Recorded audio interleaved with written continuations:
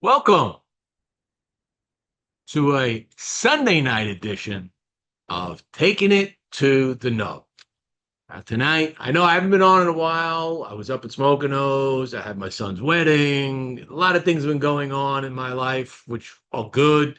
But now I got to get back in the swing. I don't think I'm traveling around anymore for a while. So time to get these shows rocking and rolling more. And tonight, I have a very special guest that I'm going to be bringing on. His name is Mel Shah. Some of you may know him. If you don't, you will know him by the end of the show. Mel is the owner of MBOMBAY Cigars. Might not have heard that name in a little while, and you'll find out a little more the reason why. But before we get into that, we will always shout out to the sponsors of our show. So let's get that shout out going, and then we will start the show rolling.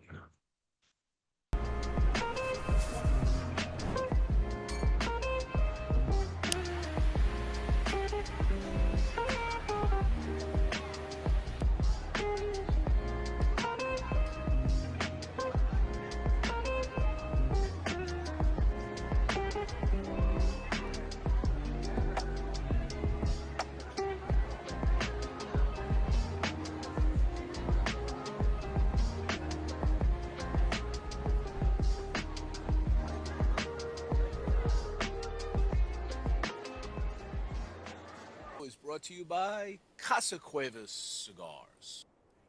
In the 19th century, Juan Cuevas, Spanish immigrant from Santander, began what was to be a family business which now spans 4 generations. Like others fortunate enough to live and work in Pinar del Rio province of Cuba, Juan commenced cultivating tobacco, turning it into a successful business. Years later, in the Ciabo Valley of the Dominican Republic, Luis Cuevas Sr., Juan Jr.'s son, carried on the family tradition of handcrafting fine cigars in the family's cigar factory, Tabacalera Las Lavas. Today, Luis Sr. is joined by his son Luis Jr. in the manufacturing and sale of premium long filler cigars. So check out Casa Cuevas Cigars at www.casacuevascigars.com and on their Instagram and Facebook channels. Catelli Cigars is back. The past few years brought many questions and changes to the cigar industry.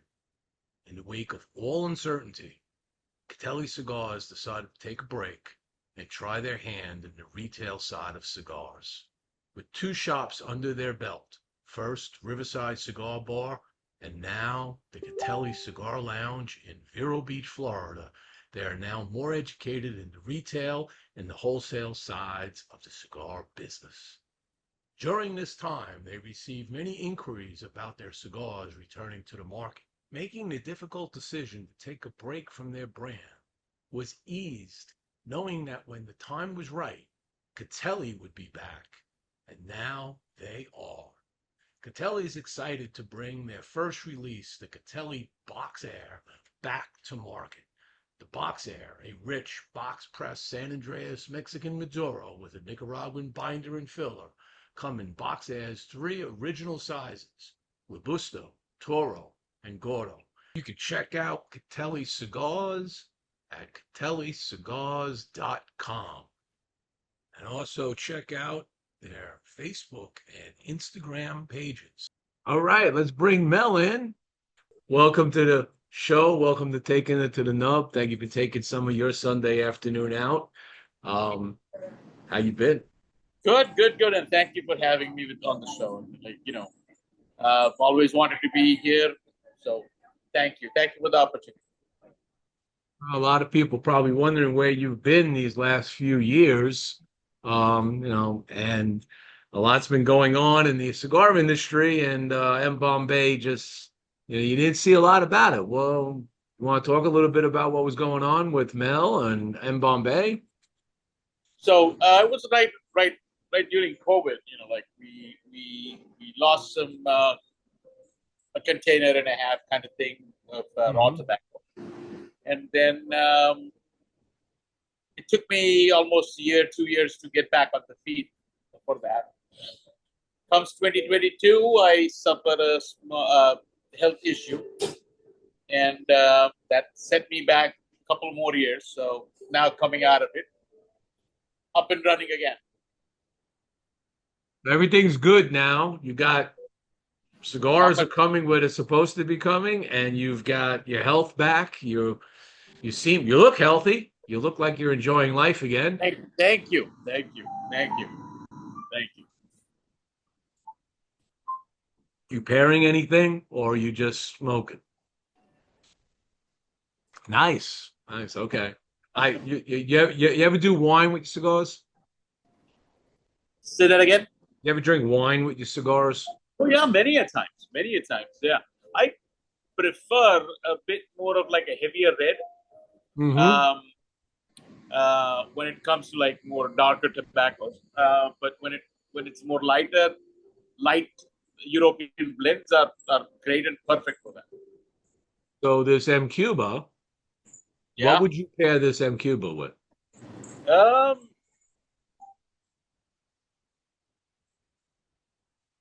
I would say we actually have a wine known as Carpatello. It's a Portuguese blend, and that earthy, very faint dark chocolate, Mm.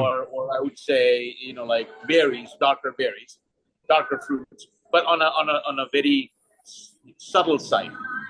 And so it like when you it doesn't overwhelm the cigar, or neither the cigar overpowers the wine. So So I I, had, decided that today I didn't want to have a heavy wine. yeah. And I went into my cabinet and I pulled out white wine, a Pinot Grigio. Ever hear this Oh wine? wow. No, I do The not know the Colum label, but Columbia Valley. Wow. Okay. Wow. right? Columbia Washington. Valley up in Washington. Yeah. Yeah. Very nice, actually pairing to this. It's kind of a contrast to what you would normally do, like you said, but this has got that, it's got some sweetness to it, and it kind of envelopes the rest of the smoke, and it just sweetens everything up and makes a very pleasurable combination on the palate. Okay. I will have to try it. Is it on is the wine on drier side? No, it's not. Oh, It's not. It's a I would say it's medium dry. So okay. it's a Pinot Grigio, which normally I tend to say it would be on a drier side. Actually, the al the alcohol content is only 11.9. I All like that. right. Yeah.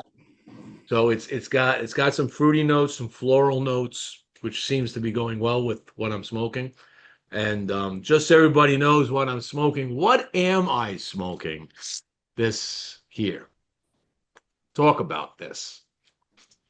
So the project for M Cuba came probably right when we released Gaia. We registered the name right there and then, just kind of like rolled off the tongue, and we were experimenting it for the longest time. And 2019, 18, we did a press release that we are really coming out with M Cuba. But then COVID happens and I happen, and it just kind of like went on the side thing. But we had probably around 50,000-60,000 cigars made there that time, and we were selling it on our store. We were selling it to few retailers across United States, and everybody loved it. And they said, like, let's keep on continue doing that. So the production always kept on. We made like around 30,000-40,000 cigars every year. Um, so right now, what you are smoking is or was rolled in 2020. So this was roll. Okay, so you and I spoke about this the other Yeah. week about the process that you go through, and it was enlightening to me to hear how you go through the process of not just aging the cigars in the aging room, but also how you go through fermentation. You do a much slower cook in the fermentation process. So you're not going up to the super high temperatures that some people do. You don't rush that process. And I think you mentioned like the combined fermentation time and aging room time. If you add those two together, you're at about 10 years. Um, so the dry boxing of tobacco, or like fermentation, normally for us is year and a half to 2 years. Year and a half, That too. that is how slow we go. Um, Industry standard is not more than 8 months. Okay. 8 months, 9 months, a year. You're talking premium cigars. We slow it down to almost 2 years, year and a half to 2 years. Once the tobacco is fermented, the dry boxing of that, then we sit on the tobacco for the longest time. And we're talking about the vintage on this tobacco, the fillers and the binder is around 20, 24 years, 22, 24 years age tobacco on that one for M Cuba. The wrapper is 5 to 6 years aged, and then we sit on it for 4.5 years, 5 years before we release to the market. So once the cigars are rolled, it goes in the dark room, packed with cedar, and we forget about it for 4 years. For And 4 more years.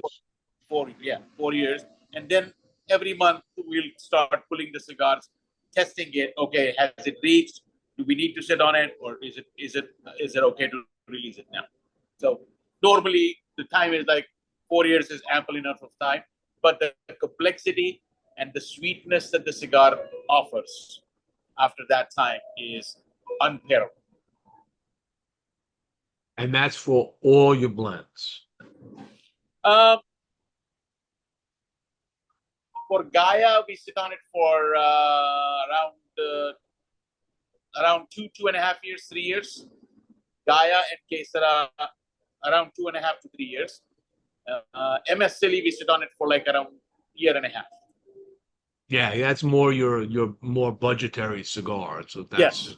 more Yes. wallet friendly to people. And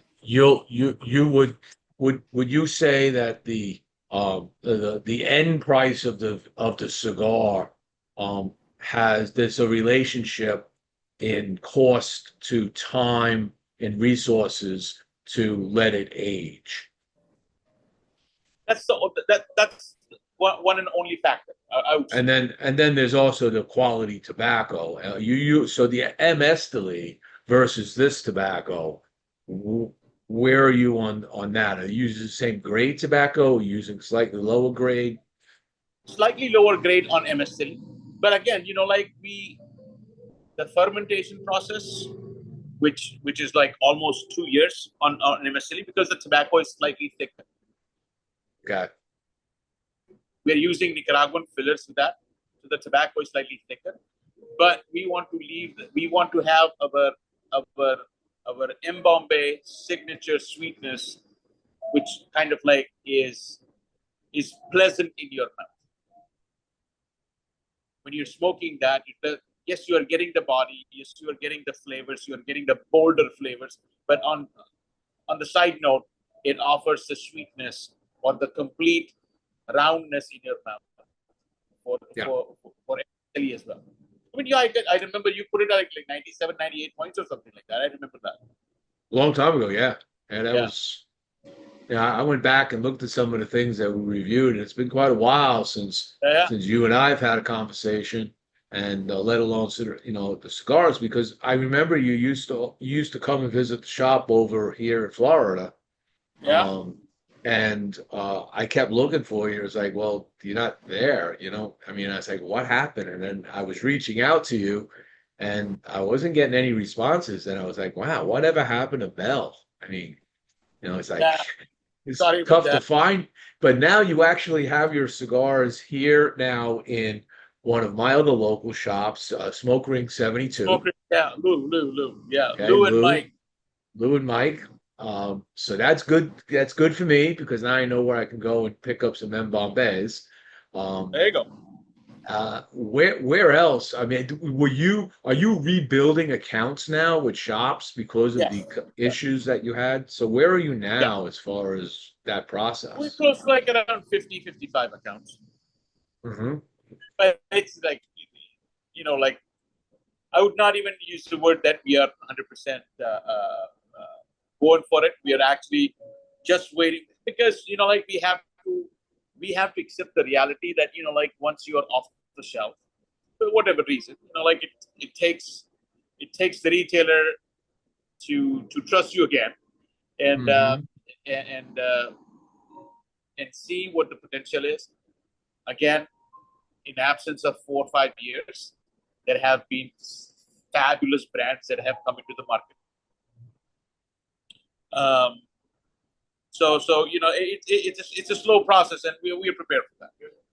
Well, there are brands that have come into the market, obviously. There's brands that have come and left. There are brands that have been Well, around that left. So you went through the process once in building the brand. So it's not like you don't know how to do that, right? So you're going back to your roots and saying, here's how we did it. Are you able to keep the same pace based on, the health conditions that you had? Are you able to, be that same Mel that was out there pounding pavement? oh no. Yeah, yes. Same process, but we just got ourselves in partnership with Bentley Tobacco, Bentley. Bentley USA Tobacco. That's Jonathan Carney, and he Yeah. is a great asset for our brand. So like we are thankful, we're very grateful that he loves our cigars, and I guess that was when he smoked a few cigars. That was the hook where okay, let's do it. So there we are. So I'm looking at some of the feeds, a little bit of feed coming in, and John Rima, who is uh, married to his wonderful wife, who owns New Tobacco Village Oh in yeah, Pennsylvania. yeah. Yes. They are a good account of ours. Have they always been an account? Did I lose you? No, you hear me now? Yeah, I can hear you. Yeah. Yeah. Were they always an account of yours? Yeah. They originally carried it, and once we were back, we have a representative over there in his area, and he told him, and it was all right. No questions asked. Let's bring it in. So Lena was like, "Yeah, bring these guys Yeah, back." Yeah, yeah. it's good for you. Good for you. So I would imagine you're getting some of that reception, and others, like you said, you're trying to rebuild the trust. Of course, and like it's not their fault when they question this. Uh, uh, it's just a part of process. Now the M Cube, now this M Cuba that you sent me, like you said, so this is now, like you said, close to 5 years in the aging room, four Yes, 4 years, yeah. and the other product line. So this is you're making these, you're continuing to make these, It but has then been. they We never stopped. right. Oh, okay. So all We these never stopped. lines, Yeah. this is not anything quote unquote new No. to No. M Bombay. These are the Uh, same blends, but now you've gotten into this process where now we're going 4 years or so in the aging room, and that pipeline now continues to flow as things are rolling, they're going in, and others are moving out. exactly. Yeah. So it's like that. We landed up in a great cycle, knowingly, unknowingly. That all right. Like now we have enough of inventory built. Now we can go out and start selling this cars with good age on it. Yes. Now, are you looking at anything? You have a new project you're working on? Is it going to be something new to the portfolio coming along in the next year or so, 2 years, 3 years, other than your current mainline portfolio? Maybe we might be adding few limited edition sizes to these blends, because like we have we had a torpedo, which was a very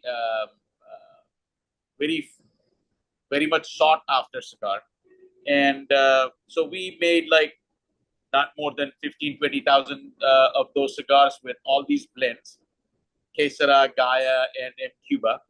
So those would be coming, I would say, after, I would say 2026, end of 2026, 2027. Okay. But like And staying to those four core blends that we have: Gaia, Quesera, M Cuba, and MS Sali. are you, and I don't recall, I'm just looking on your site right now. I have to give myself an update, but have you ever created a box press cigar? That's the Gaia.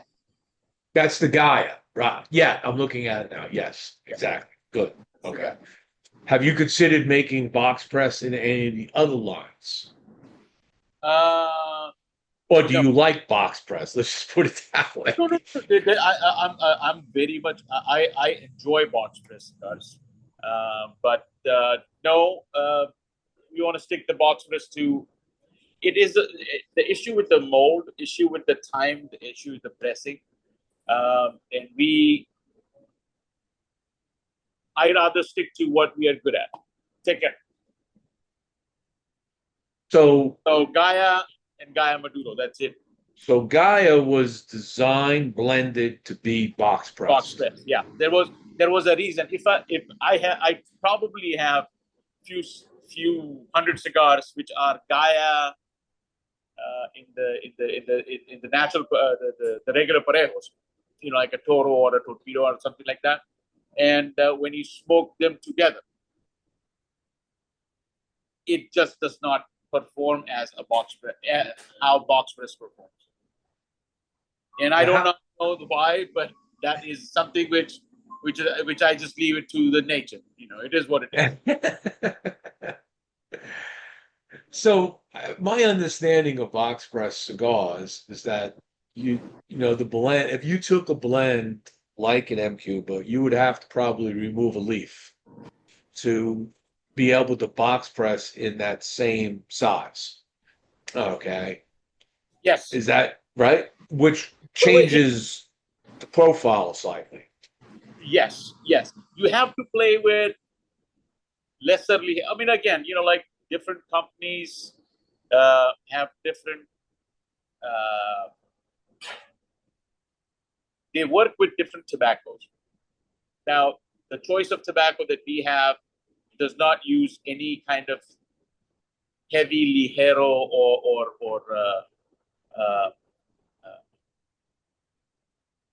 any Nicaraguan or heavy ligero for the Gaians. So we are using Seco more in Gaia to give you that oomph without having too much ligero. So ligero is very minimal when it comes to the Gaia blends. So is it fair to say that with the less Ligero or no Ligero in the Gaia, it is not as strong in nicotine? No, it is strong. The So nicotine strong. is there. Oh yeah, nicotine is there. Of course, nicotine is there. We're using heavier, more on the Seco side. But yeah, but that also does not lose its flavor. It's always a tug of war, Jimmy, and probably that more ligero, lesser flavor, more flavor, lesser ligero. Correct. So it just like you have to come to that balance where, okay, this is enough or this is not enough. So when you blend the cigars and you're working on you're not working any new blends, but when you did work on blends, did you go in with a mindset that says, I'm thinking about a cigar that's going to have the following kind of notes in it, and then start looking at the leaves that you're familiar with that you know should impart those notes, start playing around, or do you start smoking some of the leaf and going, that's a nice note. I'd like to enjoy this one with that this nice note. What was your process to go in blending your cigars? It should taste good. Good. It should taste good. Now, I or our factory plays with limited amount of tobacco. Where we acquire the tobacco from our farms in Ecuador. We buy tobacco from Dominican Republic. We buy tobacco from Nicaragua. We buy tobacco from Peru, Paraguay.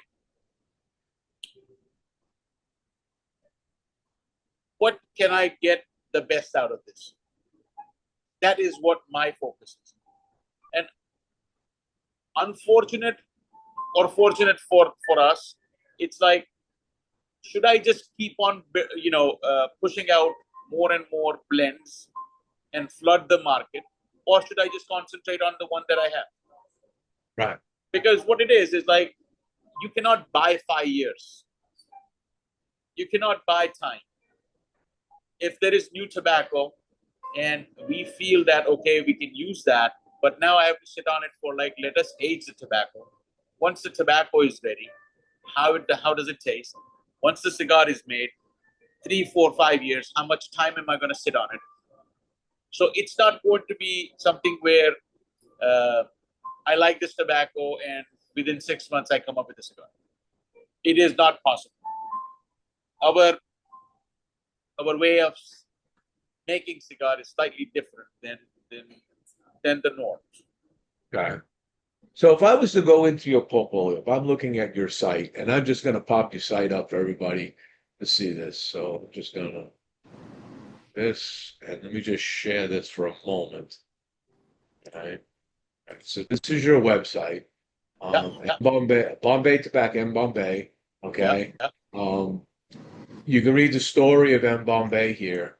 Okay. You see the different ratings, things that they have. You can find a retailer here.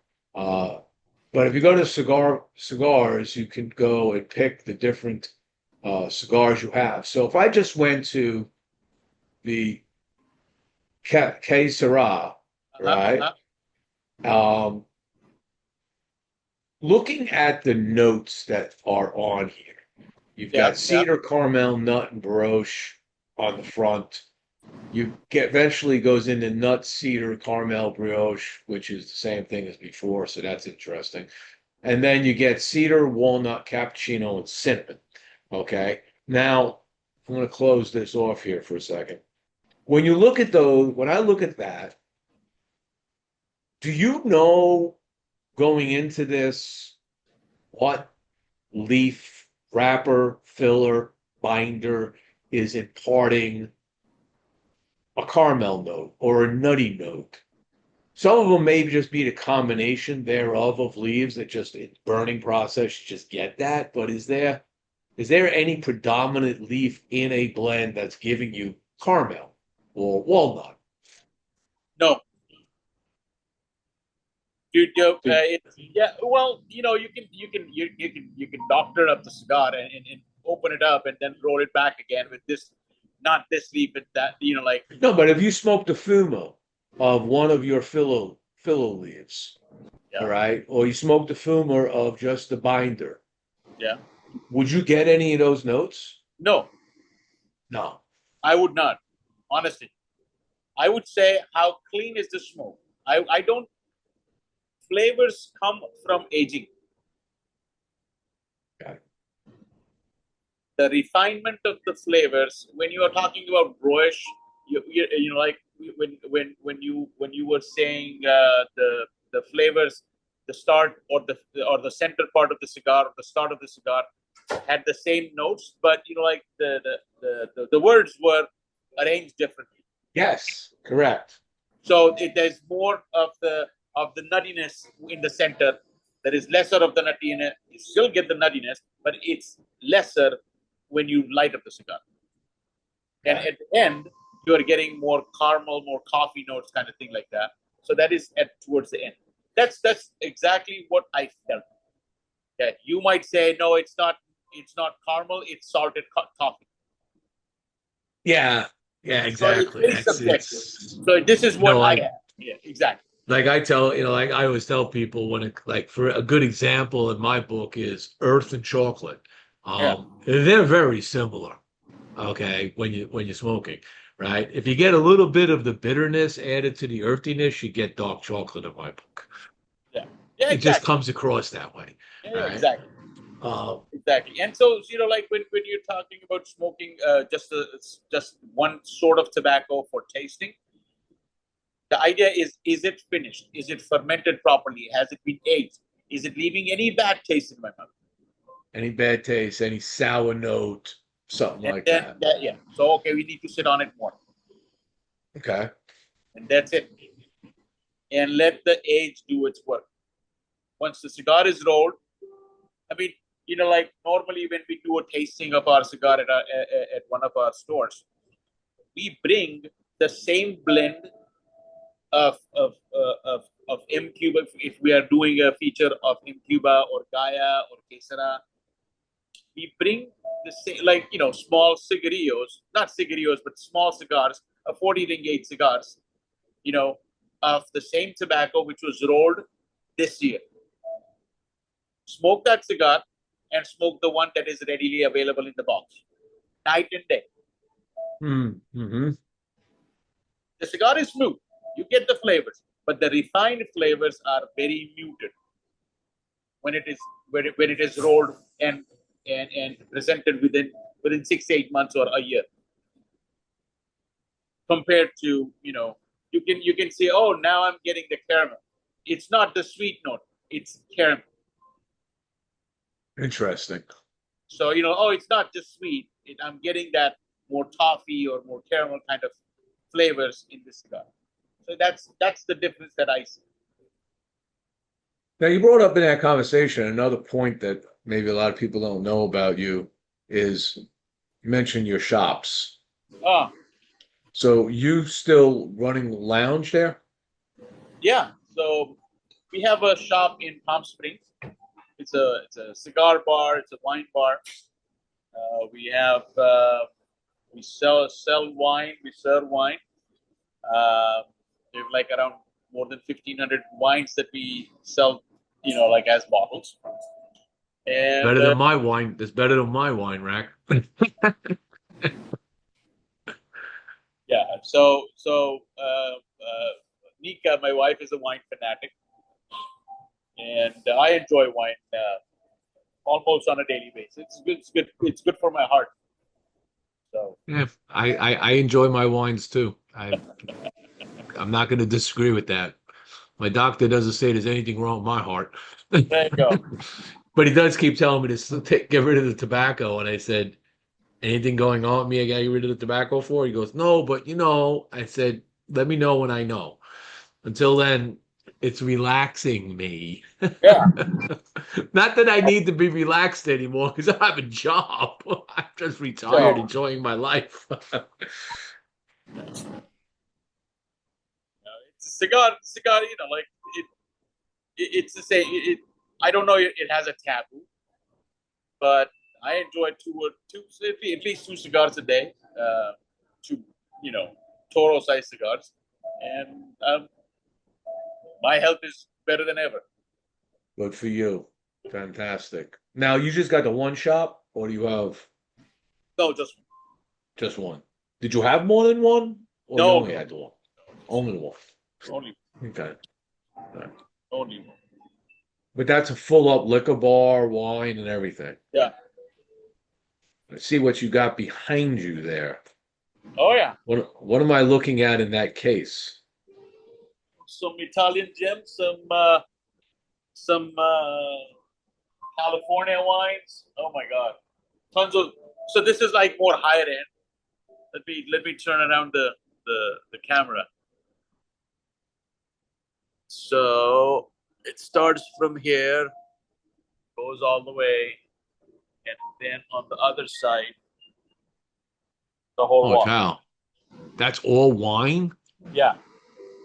You're like a total wine and spirits guy. No, no, no, no, no, no, not that big. Not that big.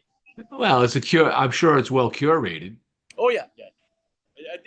Like we are very fortunate where we are in California, and with good relationships with lots of vendors, lots of wineries, and it just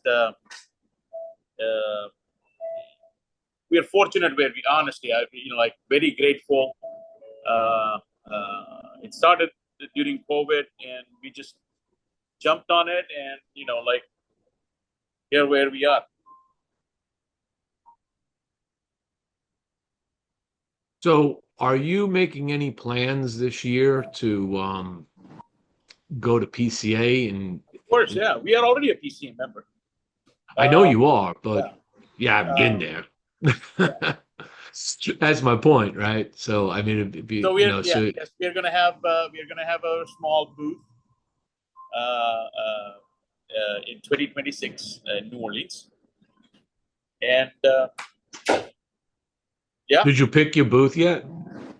No, I have not, because like they have pushed me at the last, so I'm like, Oh, okay, you don't have any more points. I don't have points. Yeah, I don't have Yeah. points. So You're I'm not a like, frequent let me- flyer I'll now. do You my have to rebuild your program yeah. up.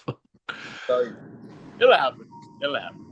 We the, we are in a spot where you know, uh, and not saying anything. It's just the brand is there. Um, People know the quality of our cigars. Right. They remember that, and it's just a time where the retailer feels confident again that okay, hopefully nothing else would happen to Mel, so let's bring it on. Let's bring it back in. Now, how many shops were you in before all of this? We were close to around 600, 700. That's a phenomenal number for anybody. So yeah, you got some regrowth to do there. So I wish you the best of luck with that. That's for sure. Thank you. Thank you. And Carney's going to help you because he's a good guy. He's a star, so like we let him do what he does. So it's like there is a time and place for everything. So Right, right. That's okay. It's yeah. okay. No, the great thing about him is like his experience, his connections, and the way he works is like he always kind of like calms me down. That Mel, okay, we yes, we want to get into all the stores. It's not about that, but it's like let me take this project to a retail shop which they understand. Okay, this is what this other store is doing. Look at their numbers. Look at the people. Look at the following of the cigar. Look at how repeat orders they're getting. Right. He just wants to show this numbers to the next retailer. That's it. Yeah, because that's important. Because if But you're going to bring a line in, let's be real, like you only got so much space, exactly, yeah. and It's a you're going to take up real estate in the humidor. If the humidor is full, somebody's moving out and somebody's moving in, right? yeah. And do we move MBOMBAY in and take XYZ out? And will MBOMBAY be able to replace or better the revenue of XYZ? And then does that affect ABC because ABC is on the shelf and selling too, but suddenly people gravitate to MBOMBAY and stop buying AB. I mean, it's a complicated mess for a shop to For manage. retail, of course. Yeah. No, and like whoever has brought us back in, it's we're grateful to them, and hopefully the things would be different next year when we talk. I hope so. Yeah. I got you on my radar screen, that's for sure. I definitely, and now, like I say, I know where you're at here locally, so that's a good thing because then I can at least turn people onto it and say, hey, look, you know what? You want chat, if I'm at the shop there, and I'll even tell people to say, looking for something new and different that you maybe haven't had because you're new, because you've got you've got 4 years of new cigar smokers. You have Yes. COVID. You have COVID that brought in a huge amount of new smokers. All Yeah, yeah, right. yeah, yeah. True. We were all on Zooms, and our friends got on Zooms that didn't smoke cigars just because we wanted to have conversation. And then they turned into virtual herfs, and then they stayed, and people started buying cigars. Yes, the numbers this year, according to Cigar Aficionado, for the first quarter have been down a little, but we can't judge by just that. We have to see how things go forward. Did we hit a spike in the last couple of years, and now people are Yeah, so fading like down a little? the market definitely corrects itself, and we had a great USA did have a great import years for cigars. 2022, 23, 24. We were way up. Yes. So Yeah. I'm not saying it's correcting itself, but there is an entire generation of new smokers that have started coming out to the shops. Absolutely. I could tell you, like, even my son's 36, neuroscientist. He's been turned on to cigars since he was 18 years old, living with me. All right. So it's not nothing new to him, but his pocket's a little thicker these days than it was when he was 23, right? And the same goes for many people of his age. I think that's that age bracket when we all kind of got deeper into it, right? Because we're Yeah, like, yeah, of hey, you course. know what? You've got your primary bills are paid for, so your needs are taken care of, right? Your savings are starting to increase, so you got your retirement money going in the way it's supposed to, and suddenly there's a little left over at the table for extra enjoyment. And I think that's coming or was coming out into the market space. And you're bringing in these 30-year-olds, 32, 34, 36-year-olds getting into that market space and are not just buying the one cigar on a weekend. Now they're buying, a few of them. Maybe they're buying a box of them, and now they're hanging out at home and they're having friends over and they're introducing it, and it's just growing. And I think we hit that. Now the question is, was that did we spike? I'd be curious to see where we go this year and whether it's we plateau, dip, or go up or down. See how the real market's going with it. But even if you dipped a little, it's still a huge number of Compared to imported 2018, cigars. 19. Oh, absolutely.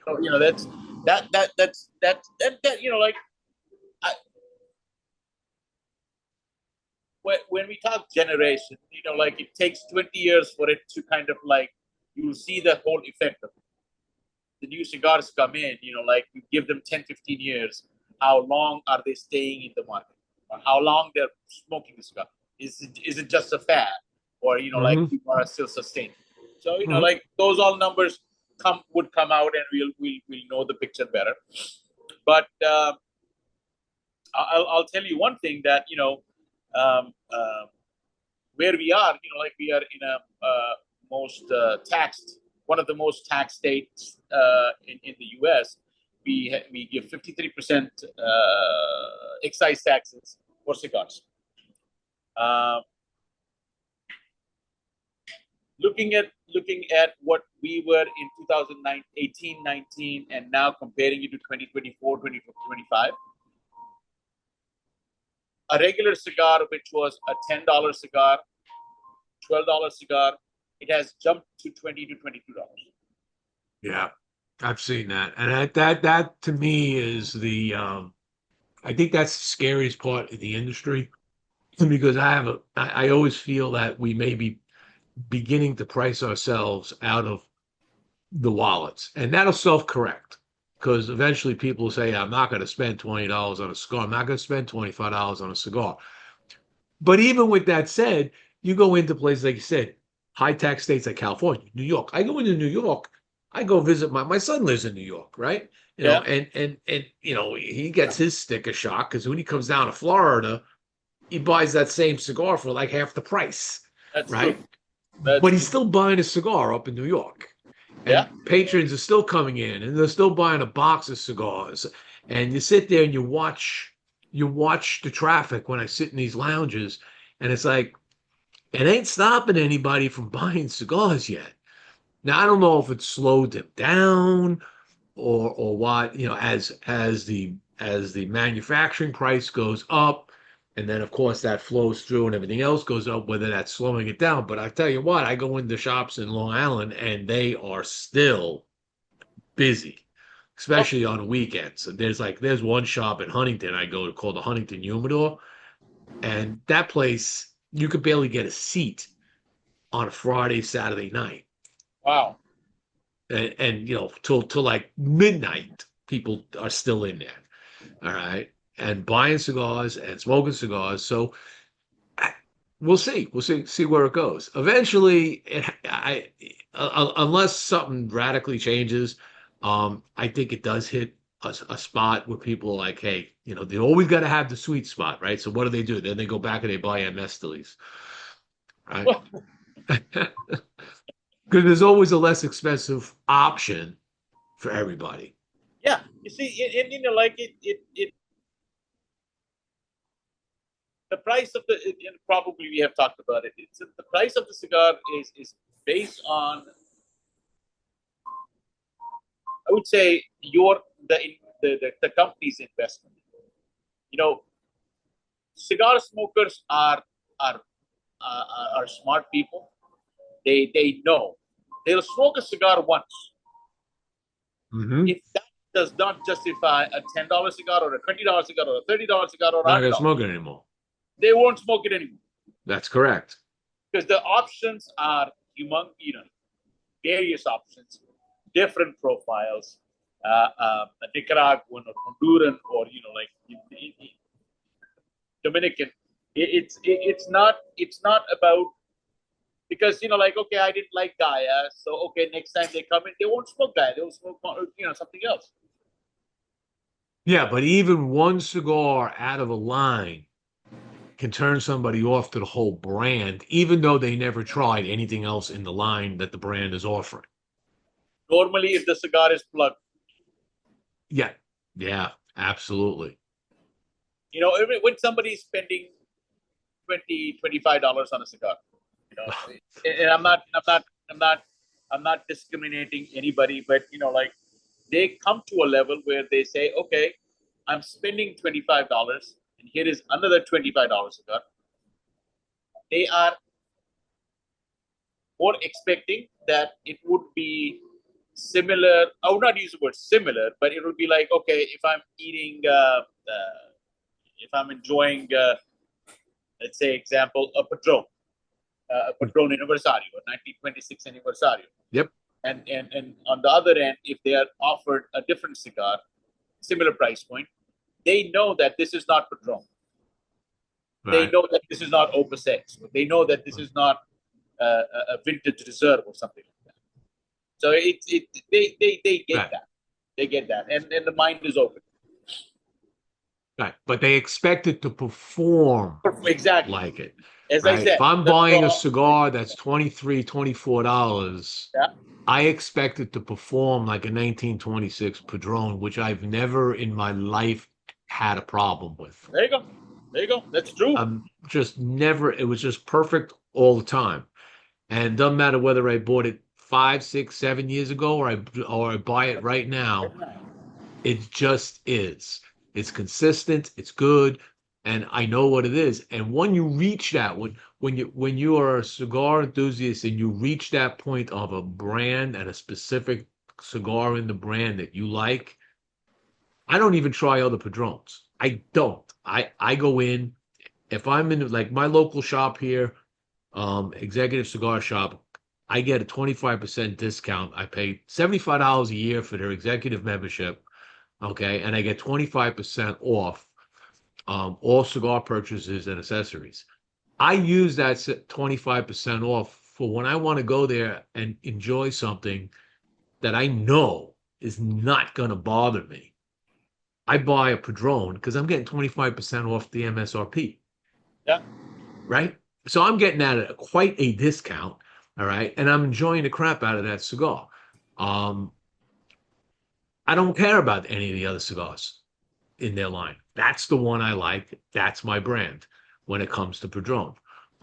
Same thing with a Perdomo, same thing with any of the others. Um, what is your thoughts though? So one of the things that have has evolved tremendously since the pandemic, and you're getting back in the game, is the whole online marketing that's going on. It's a much bigger game than it was 5 years ago.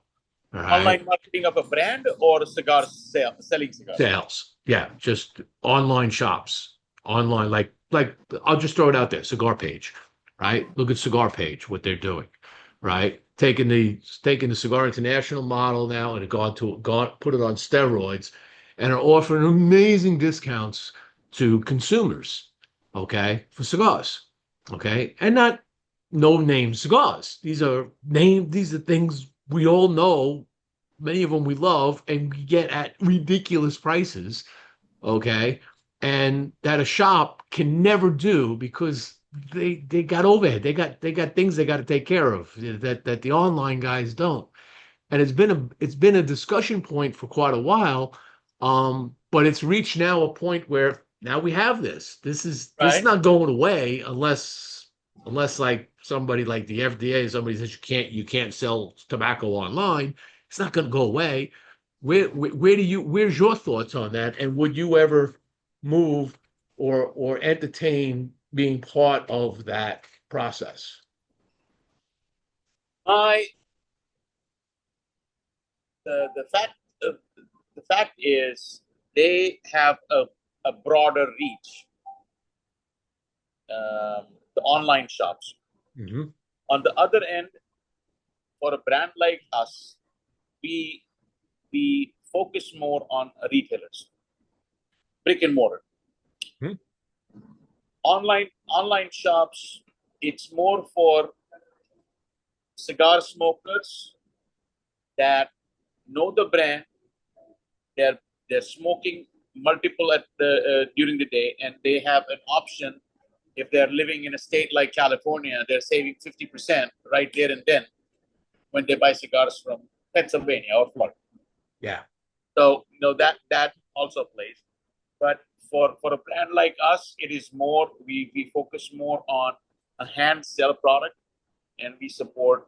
Of course, like coming down the road, if we get partners, we get partnership with online retailers. We'll welcome that. But like of course, it should not hurt my retailer.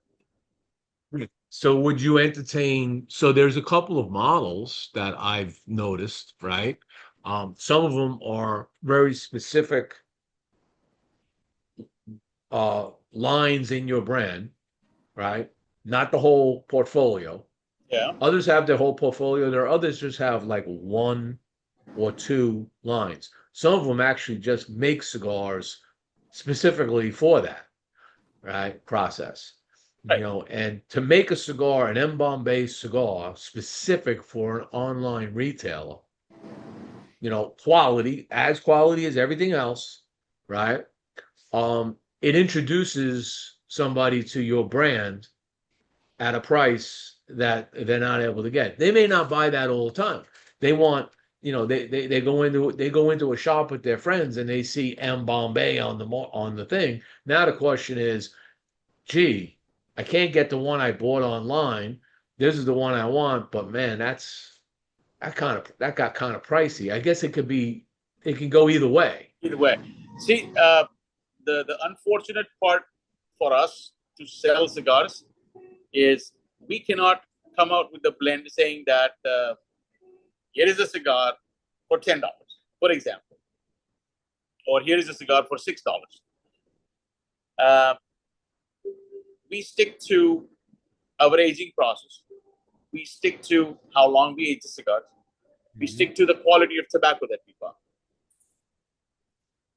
There is no room for me to go out and make a cigar which I feel it's not ready and sell it to somebody who's gonna sell it at at a lower price just because they got it at a lower price. Right. I'd rather not put my name on it. Fair enough. So Good like point. it's something where, of course, like there are so many brands that they're like they get discounted on on cigar websites, but there are, on the other end, there are so many brands that are not discounted as well. And there are brands that get discounted in shops because they don't move. Exactly. Yeah. So like I mean, so it's both ways. It's both ways. But as far as MBOMBAY goes, I need an educated, or I need a smart retailer that can recommend a cigar based on what his customers smoke.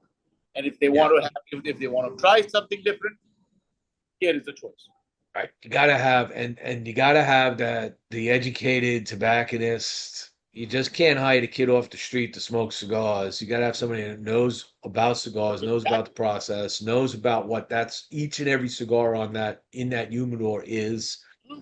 They need to be able to have that conversation and know that when a person comes in that's new to the shop and you ain't got what he wants, you have what can fit his need for that night. And maybe you've moved the needle for that patron and said, hey, this cigar is actually just as good as the one I've been smoking, and I kind of like this brand too.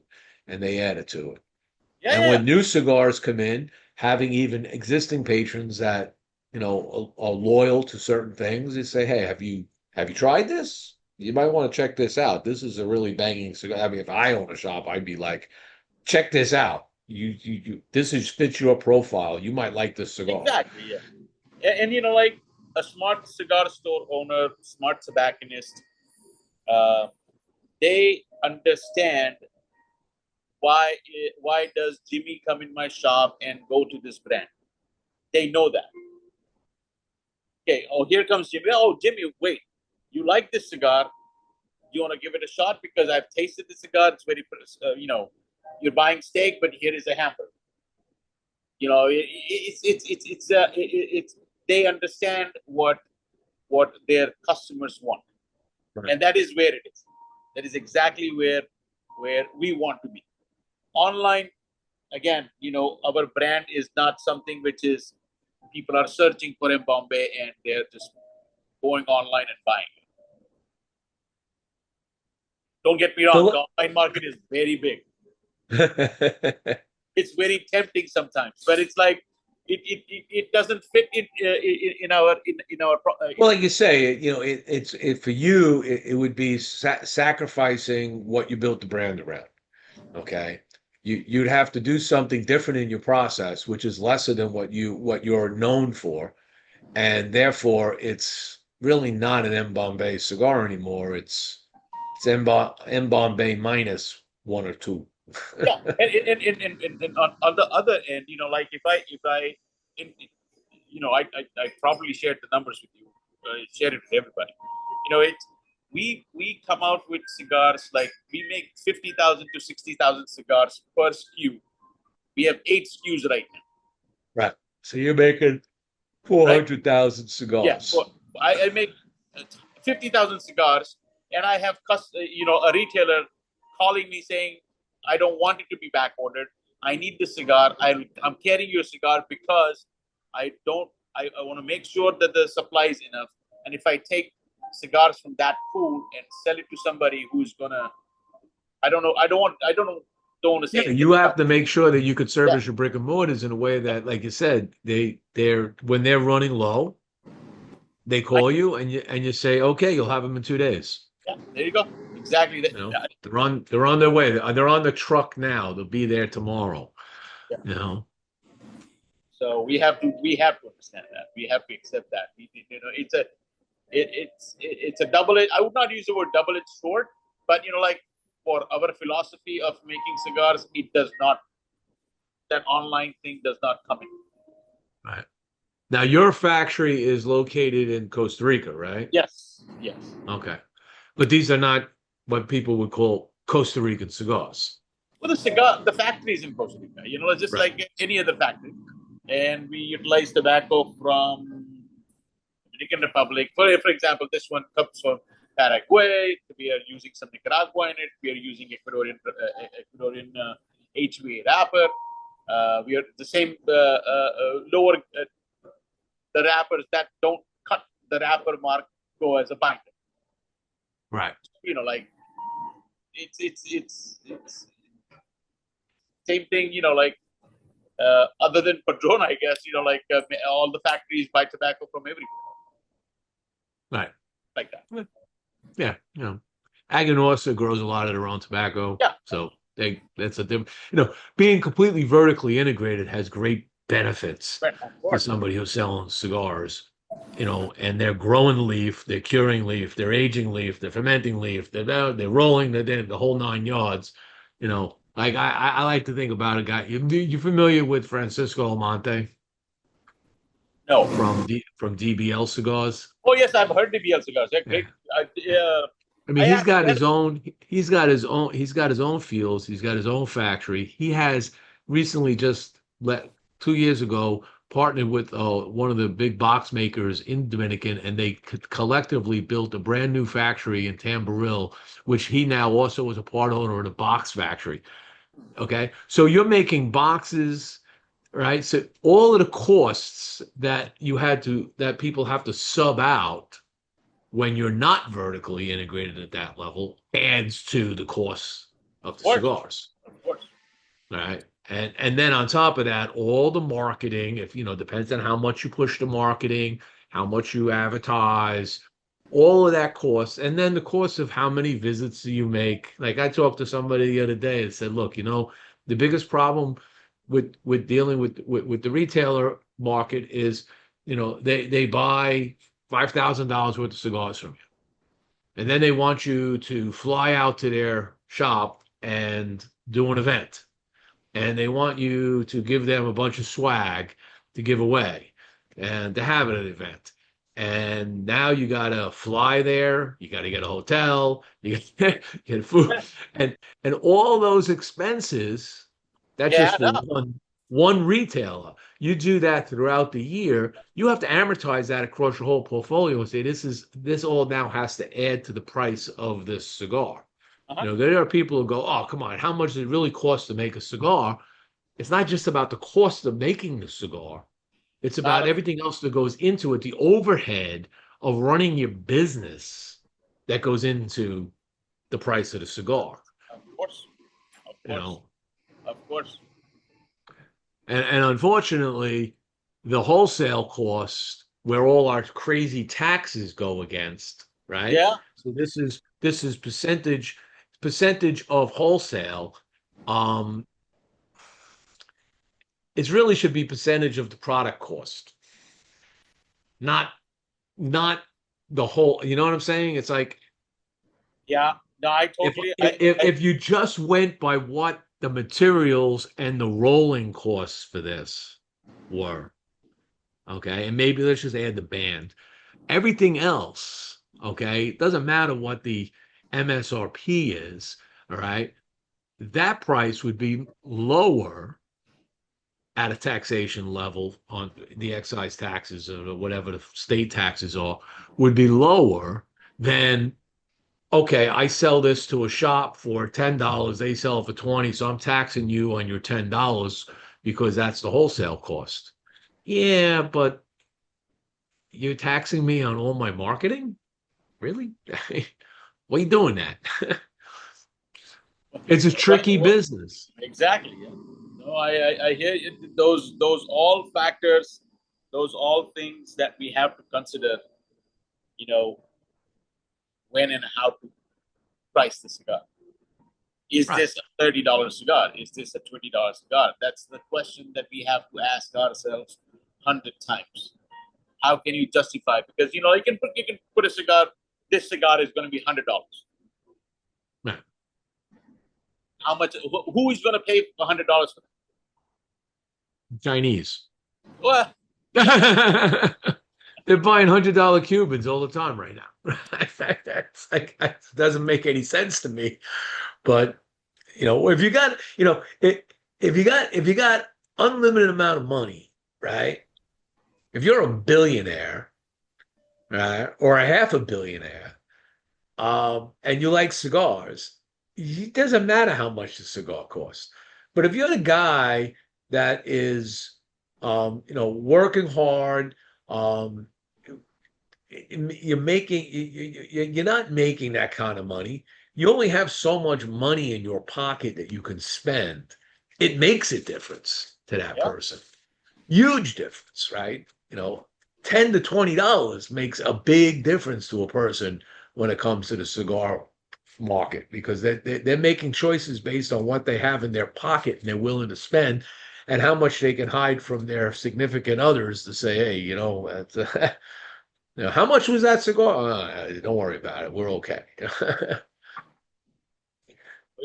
Yeah, those all conversations happen. Yeah, for sure. So we're on the hour mark. Let me just shift it a little bit, get some levity into this. Um, Other than cigars and wine and running your shop, what else you been doing these days? Any hobbies? Any sports? Any movies? You streaming? You do anything fun? Uh, if you call smoking cigar, enjoying a glass of wine, if you do not call it fun, then we gotta talk. Okay, I but are you sitting down? Do you sit down and smoke a cigar and watch a good movie? Uh, uh, I'm not a movie buff. Okay. I would watch a movie, but like it has to be something spectacular and something to be. If it is recommended by 10 people, then I'll think about it. But for me to go to a movie theater and watch for 2 hours, No, I'm talking in your house, in your lounge, sitting down, streaming something good. uh, no, no, we have a No. TV, but nobody turns it on. Well, once in a while we'll watch something, but it's like again, it's you watch what happened out. Oh, I watched this movie. Yeah, it's done. Uh, No enjoying sitting sports? down, talking. Uh, you know, with Nika or a few friends, we'll sit down, talking, smoking a cigar, having some wine. Uh, I enjoy that more than watching TV Yeah. or a sport or something like that. And rightfully so. I mean, I just came back. I was just up at my grandkids' house this weekend and I was driving home and I took the slow boat to China this time and ended up cut through Daytona Beach and stopped off at Don Kiki's, Mm. Karen Berger's place. Mm. Karen doesn't work on Sundays, but it doesn't matter. So I sat down as a couple other guys, old guys like me, sat down. And there's one guy. He's an old guy. He's like 70 years old, and he's a Lear jet pilot trainer. Oh Okay, wow, wow, He flies Lear jets, and he was talking about how cool Lear jets are because they're effectively in his book the fighter plane of passenger vehicles. They are so fast and they're so maneuverable. All right. And they're so much fun to fly. Right. yeah, And we just spent an hour talking about airplanes today. That's wow, it. And a little bit of rock and roll because he brought up the point that more rock and rollers are dying every day. Yeah, we're losing them all. yes. The music of our generation is going away. It's fading away. It's a cycle of life. It is cycle of life. Thank you very much. You just shouted out West Tampa Tobacco Company. It's funny how we do these things. Yeah. So, but all right. Well, I'm getting down to the nub here. Enjoying this cigar as always. Um, I hope to see you on the road. If you find your way over here, I think you said you might be here near the end of the year. Yeah. That We do that for Florida. We have like around 4 retailers there right now. okay, No, sorry, 3 retailers in Florida right now, okay, and we're trying to expand it to. Well, but I guess September or October we are adding 2 more. So we like come there, visit them if they want to do kind of like cut and light or we talk about our cigars. I'm available. But yeah, good. Good. So When let I let me know. Let jingle me bell. know for sure. We'll get together wherever you're at and get to have a little face time. Definitely, sir. Definitely. And if not, we are meeting at PCA for sure. Yeah, we'll come up to my hopefully my son is on board the team at that point, and Oh you can wow. meet the Yeah, next generation. You can meet the next generation of Stogie Press. definitely, I have to definitely. pass the baton eventually to somebody, right?